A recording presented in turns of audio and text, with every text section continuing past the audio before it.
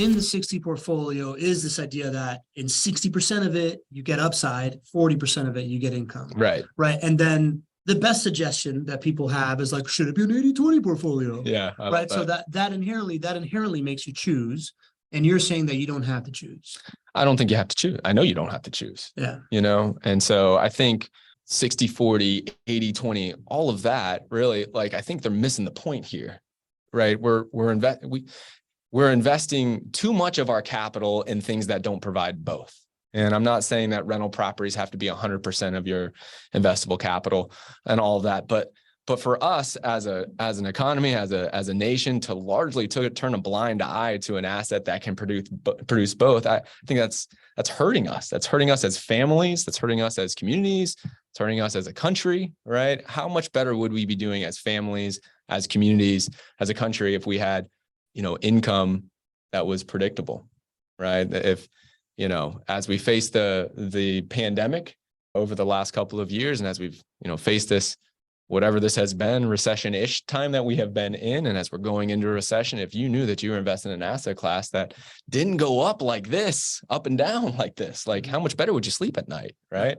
How much more opportunity would you have to spend time with the ones that you love rather than worried about, is my stock account 10% less than what I thought it was going than what it was a month ago? So I think that there's something to be gained for assets that have both. Yeah. As early as possible. Yeah, that makes sense. So what we've identified is that's the problem, right? Like the mentality of like when you get to the goal is you're not setting the right goals, and you're also choosing from options that don't give you the best performance, right? Mm-hmm. Upside and cash flow. I'd like to just go back and forth in why we believe that people, and you've already basically said it, right? Like rental properties do both of those things. Right. I think in general, real estate does those things, right? Like most of it, yeah. Bought correctly, right? Mm-hmm. Cash flowing real estate that appreciates mm-hmm. as well is kind of the move, right? Mm-hmm. For me, I wasn't getting into it earlier on because I didn't really understand that. Right. Right. I think that we live in a world that chooses, for real estate already, because or else they wouldn't be paying attention to this thing. Right. Yeah. Right. So first you got to come to that understanding. You got to come to the understanding that it's not only about cash on cash return. That's what I keep hearing when I'm talking to people that are like investing in things. Yeah. They're like, what's the cash on cash return? I know. And I've learned from this podcast and from, our community that there's more to life than a cash on cash mm-hmm. return. And this idea that specifically the asset class that we live in, the rental income property market, has 5 different profit centers. The cash on cash return is one part of it.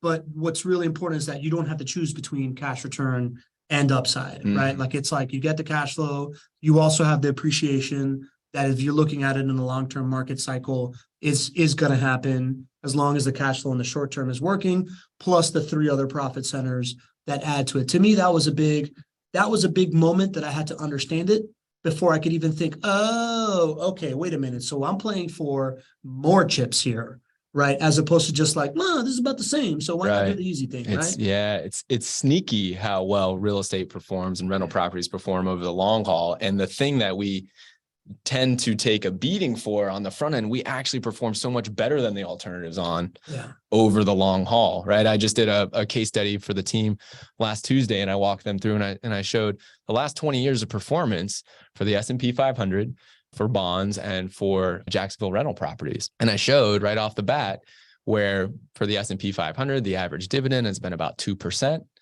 And I showed what the cash flow was from that dividend, assuming they used your investable capital to put that towards, stocks in the S&P 500. I think it was 35 grand. And so I showed what 2% of that is for income for the year. Mm-hmm. And then for bonds, I showed that it was like a 5%, coupon is what I was using because that's roughly what it was 20 years ago. And then for real estate, I said $0 in cash flow right off the bat, 0% cash on cash return. And I said, which one? And I asked the team, if all you see is this 2%, dividend, 0% for rental properties, which do you think is going to perform better for cash flow? Everybody's like, well, probably stock market, right? The S&P 500.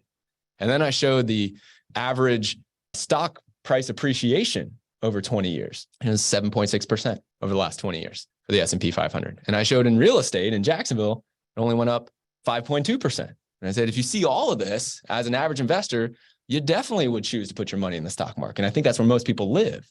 But when I actually built this out over the last 20 years, Jacksonville rental properties return on investment performed better than the stock market by almost 40%. By almost 40%. Now that might blow some of your minds because of what I just told you, that appreciation in the stock market was actually higher than the appreciation of Jacksonville real estate. But that's where we start to get into some of these other profit centers, and we start to see the benefits of leverage and things like that. And then the real kicker is I took it out even 10 years farther. I said, now after 30 years, how much cash flow?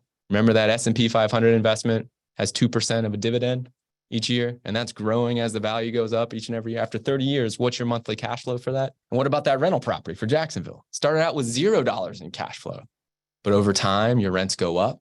Over time, your loans get paid off.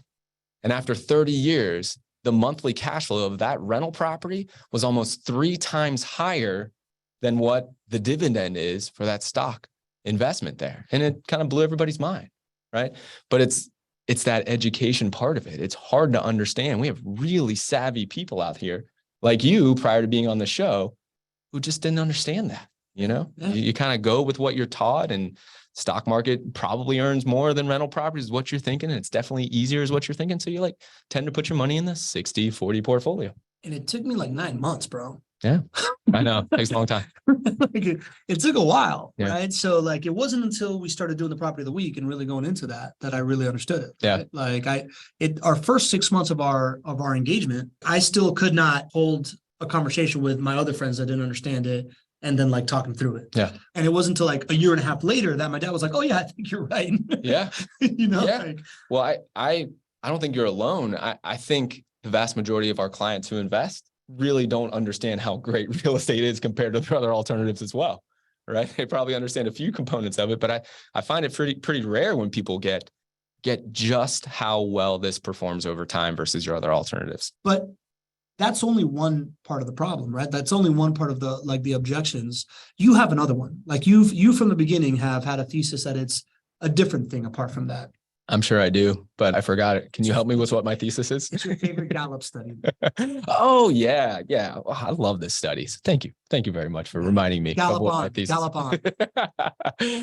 You know, I just think that people believe that real estate investing is hard. You know, it's complicated. Like I had to spend like a few hours putting that case study together to show the value of, and it you know, it's complicated to understand the financial part of how this wins. And I'll give you all that.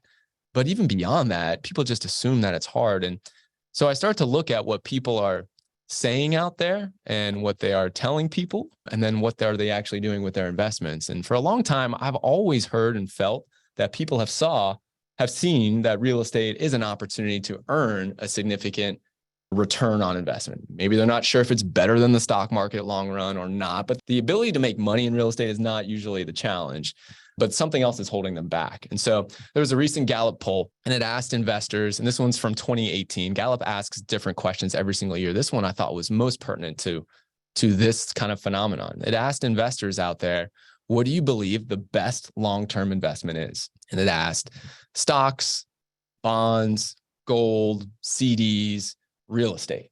And real estate was the number one answer by a wide margin. It was real estate. Bonds were one of the lowest. I think there were only 5% of people that thought bonds were the best long-term investment. And then it asked those same people, what do you have in your portfolio? What does your investment portfolio actually look like? And real estate was not the number one option, not number two. It's not number three. It's not number four.